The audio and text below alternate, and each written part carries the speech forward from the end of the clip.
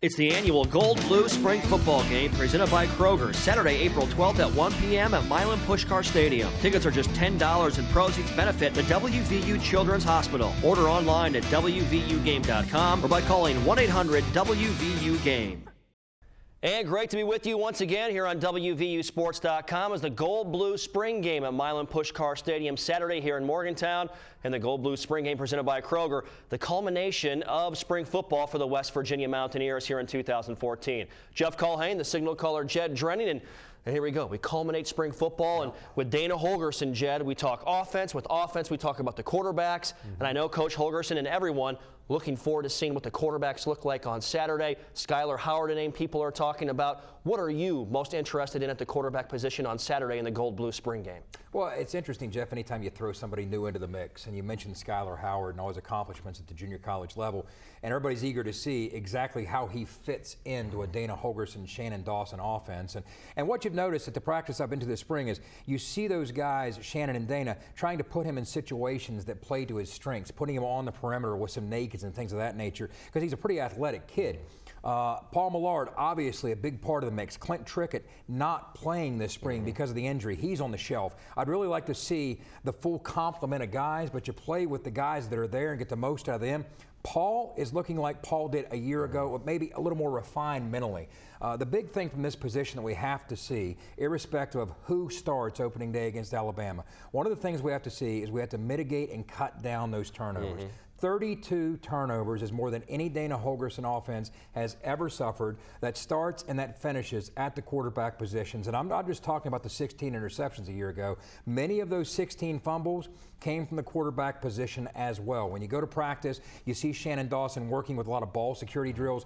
Every time the quarterbacks break contain, you see him swatting things at their hands, trying to knock the football loose. Ball security is going to be such paramount importance for this segment of the offense moving forward. If we can cut down on those turnovers and get the production, even to where it was a year ago, you at least give yourselves a puncher's chance to win some of those games that we blew with those late leads down the stretch. You have to love the depth at the running back positions and also at wide receiver as well. When you talk about skill positions, you got some players returning and some newcomers at wide out and at running back that are going to give this group some versatility and a chance to put some points on the board. Yeah, let's talk about some of those skill positions, but paving the way is going to be a unit that I think we're finally comfortable up front when you have a Quentin Spain back at his true position playing guard, a Glowinski back helping out where he should be helping out, Adam Pankey looking very solid at tackle. So you have some key guys in key spots coming back who are going to help set the table and pave the way for what appears to be, as you touched on, a very deep crop of running backs, not just with Dreamus back and not just with Wendell back, but Andrew Bowie,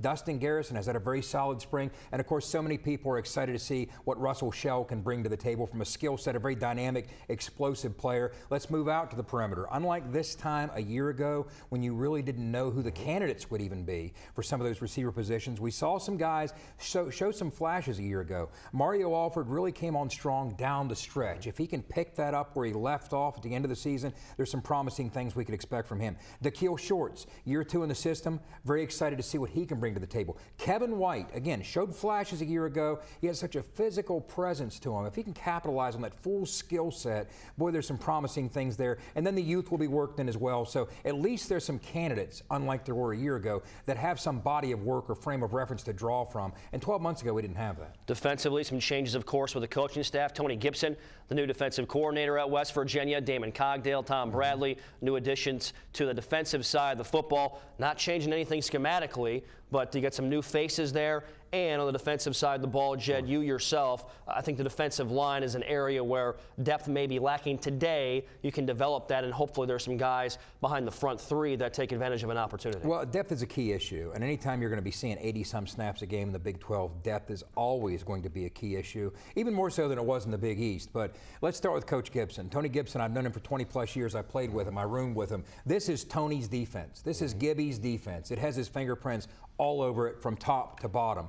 And what Gibby believes in, he believes in simplicity and he believes in pressure. And I think we can expect to see a lot of those types of things. If you can put kids in situations where they don't have to think a lot and just let them react and use their athleticism, I think you can capitalize on some things on that side of the football. But Jeff, what I see is a year ago, that attrition that over the course of time hit us with those 9, 10 key injuries over the course or over the arc of the entire season, What jumps out at you when you step out there and watch some spring practice is when you get all 9 or 10 of those guys back. Boy, this unit looks much different. When you get a healthy Christian Brown back, starting at that defensive line that you talked about, when you get a healthy K.J. Dillon back, when you get a healthy Shaq Petaway back, not just starters, but depth. And when you get all those key guys back, those key guys that we were missing toward the end of last year, it looks like a different unit. So I think there's some hope on that side of the football. Everything returns in the special teams area, looking for some guys in the return game to step up and provide a punch and a spark there as well. The signal caller, Jed Drenning.